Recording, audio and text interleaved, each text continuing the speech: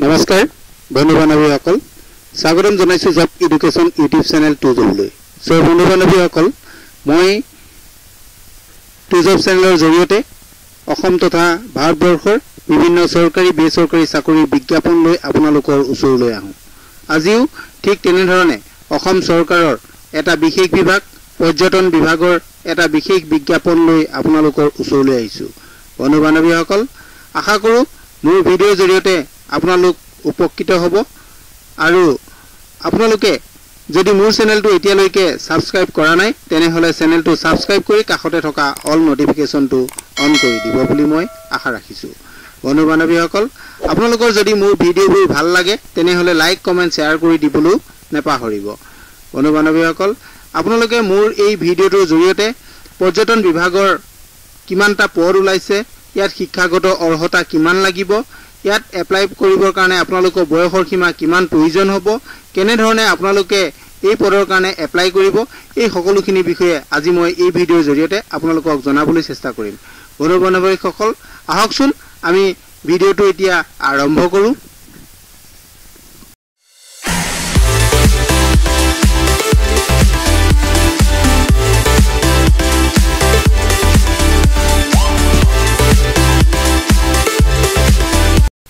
নমস্কাৰ বন্ধু বান্ধৱীসকল আপোনালোকে দেখা পাইছে এটো অসম লোকসেৱা আয়োগৰ পৰা প্ৰকাশিত বিজ্ঞাপন হয় আপোনালোকে ইয়াতে সবিশেষ চাব পাৰিব গুটেখিনি বস্তু ইয়াতে বিজ্ঞাপনটোৰ বিষয়ে দিয়া আছে ইয়াতে আপোনালোকে প্ৰথম এটা বস্তু চাওক এটো যেটো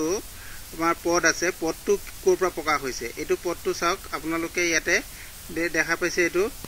ডেভেলপমেন্ট টুৰিজম ডেভেলপমেন্ট অফিচাৰ এই টুৰিজম ডেভেলপমেন্ট অফিচাৰৰ পদ খালি হৈছে এই পদটোৰ কাৰণে বিজ্ঞাপন প্ৰকাশ কৰিছে ইয়াতে পদ আছে টোটাল এটো আপোনালোকে ইয়াতে দেখা পাব 12টা পদ আছে এটো দেখিছে 12টা পদ আছে ইয়াতে এই 12টা পদৰ কাৰণে বিজ্ঞাপন প্ৰকাশ কৰিছে বিভাগৰ ফালৰ পৰা আৰু ইয়াতে ৰিজাৰ্ভেশনো আছে আপোনালোকে ৰিজাৰ্ভেশনো চাব পাৰিব কিমানটা ৰিজাৰ্ভেশন পদ আছে এইখিনি ইয়াতে উল্লেখ আছে পদ কেইটা মই আপোনালোকক দেখাই দিছো ইয়াতে পদ আছে টোটাল আমি গম পালো 12টা পদ ইয়াৰে ওপেন ক্যাটাগৰীত 8টা পদ আছে আৰু ওমেন ৰিজাৰ্ভেশনত দিছে 2টা পদ ওবিসি কাৰণে দিছে 3টা আৰু ওমেনৰ কাৰণে এটা আৰু এসসি কাৰণে পদ ইয়াতে ৰিজাৰ্ভেশন নাই এসটি প্লেনৰ কাৰণে এটা পদ আছে ৰিজাৰ্ভেশন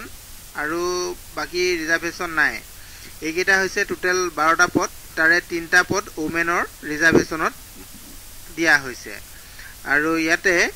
শিক্ষাগত অৰ্হতা কিমান লাগিব দৰমহা কিমান হ'ব এইখিনি বিষয় ইয়াতে উল্লেখ আছে দৰমহাটো আপোনালোকৰ scale pay plus grade pay হ'ব প্লাস আদাৰ এলাউন্সেস থাকিব ইয়াতে আপোনালোকৰ স্কেল পেটো হৈছে 12000 টকাৰ পৰা 97000 লগে দিয়া হৈছে আৰু যেটো গ্ৰেড পে থাকিব গ্ৰেড পেটো 9400 টকা হ'ব আৰু পেমেন্টটো আপোনালোকৰ 3 পেমেন্ট হ'ব এইখিনি আছে আৰু ইয়াতে কি আছে মই আপোনালোকক দেখাই দিব বিচাৰিছো ইয়াতে এলিজিবিলিটি যেটো ক্ৰাইটেৰিয়া আছে ইয়াত উল্লেখ আছে যে ইন্ডিয়ান সিটিজেন হ'ব লাগিব আপোনালোক ইন্ডিয়ান সিটিজেন হ'ব লাগিব লগতে পাৰ্মানেন্ট ৰেসিডেন্ট অফ আসামৰ হ'ব লাগিব এইকিটা আপোনালোকৰ থাকিব লাগিব আৰু লগতে এমপ্লয়মেন্ট এক্সচেঞ্জ ৰেজিষ্ট্ৰেচন সাৰ্টিফিকেট আপোনালোকৰ থাকিব লাগিব আৰু এডুকেশনাল কোৱালিফিকেশনটো কৈছে মিনিমাম কোৱালিফিকেশন আপোনালোকৰ গ্ৰেজুৱেট হ'ব লাগিব গ্ৰেজুৱেট হলে আপোনালোকে এই পদৰ কাৰণে এপ্লাই কৰিব পাৰিব লগত আপোনালোকৰ 6 মান্থৰ কম্পিউটাৰ ডিপ্লোমা থাকিব লাগিব আৰু এইটো মিনিমাম কোৱালিফিকেশনটো মই আপোনালোকক কৈ দিছো আৰু বয়সৰ সীমাটো ইয়াতে 21 বছৰ পৰা 38 বছৰ বয়সলৈকে দিয়া হৈছে 11/1/2024 লৈকে আৰু যিসকল এসসি আৰু এসটি ক্যান্ডিডেট হয় তেওঁলোকে 5 বছৰ ৰিলেক্সেশন পাব আৰু যিসকল ওবিসি আৰু এমওবিসি হয় তেওঁলোকে 3 বছৰ ৰিলেক্সেশন পাব আৰু যিসকল পিডব্লিউবিডি ক্যান্ডিডেট হয় তেওঁলোকে 10 বছৰ ইয়াতে ৰিলেক্সেশন পাব আৰু ইয়াতে আপোনালোকৰ আৰু কি লাগিব মই এইকিটা বস্তু কৈ দিছো ইয়াতে আপোনালোকৰ আমি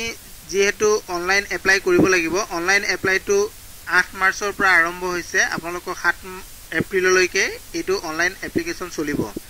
আৰু আপোনালোকৰ 9 এপ্ৰিললৈকে আপোনালোকে পেমেন্টটো কৰিব পাৰিব ইয়াতে পেমেন্ট কিমান কৰিব লাগিব সেইখিনি বিষয়ে ইয়াতে উল্লেখ আছে মই আপোনালোকক দেখাই দিছো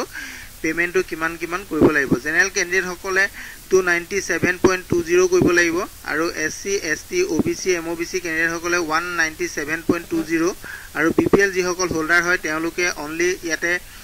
জিএসটি টো হে দিব লাগিব জিএসটি টো কাৰণে তেওঁলোকে 47.20 দিব লাগিব আৰু পিডব্লিউবিডি ক্যান্ডিডেট যি সকল আছে তেওঁলোকে 47.20 টকা তেওঁলোকে পেমেন্ট কৰিব লাগিব এটো অনলাইন থ্ৰু পেমেন্ট কৰিব লাগিব এইকিটা আছে আপোনালোকে এটো অনলাইনতে এপ্লাই কৰি গুটেখিনি কাম কৰিব পাৰিব এইখিনি ইয়াতে উল্লেখ আছে আৰু কেনে ধৰণে এপ্লাই কৰিব এইখিনি কথাও ইয়াতে উল্লেখ আছে আপোনালোকে প্ৰথমে এপিএসসি ওয়েবসাইটত যাব লাগিব তাৰ পৰা আপোনালোকে অনলাইনত যেটো ৰেজিষ্ট্ৰেচন হয় আপোনাৰ এপিএসসি তাতে ৰেজিষ্ট্ৰেচন কৰিব লাগিব ৰেজিষ্ট্ৰেচন কৰাৰ পিছত আপোনালোকৰ এটা ওটিপি আহিব সেই ওটিপিৰ সহায়ত আপোনালোকে এটো কৰিব লাগিব ওয়ান টাইম যেটো ৰেজিষ্ট্ৰেচন আপোনালোকে প্ৰথম কৰি ল'ব লাগিব কৰাৰ পাছত আপোনালোকে ডকুমেন্টছ যিখিনি দিব লাগিব ফটো দিব লাগিব বা সিগনেচাৰ আপোনালোকৰ দিব লাগিব এইখিনি সাইজ কিমান দিব লাগিব এইখিনি কথাও ইয়াতে গুটেখিনি উল্লেখ আছে আপোনালোকে চাই ল'ব পাৰিব কিমান সাইজ লাগিব গুটেখিনি ইয়াতে উল্লেখ কৰি দিছে মই গুটেখিনি কৈ দিয়া নাই আপোনালোকক আৰু আপোনালোকে ডাইৰেক্ট অফিচিয়েল ওয়েবসাইটত যাব এপিএসসি তাৰ পৰা আপোনালোকে এইখিনি কৰিব পাৰিব আৰু মই আপোনালোকক সুবিধাৰ কাৰণে মই এপিএসসিৰ যেটো অফিচিয়েল ওয়েবসাইট এটো মোৰ ভিডিও ডেসক্ৰিপচনত দি দিম আপোনালোকে তাৰ পৰা গৈও ডাইৰেক্ট এই বিজ্ঞাপনটো লৈ চাব পাৰিব আৰু গুটেখিনি তেতিয়া আপোনালোকে ইয়াৰ পৰা গম পাই যাব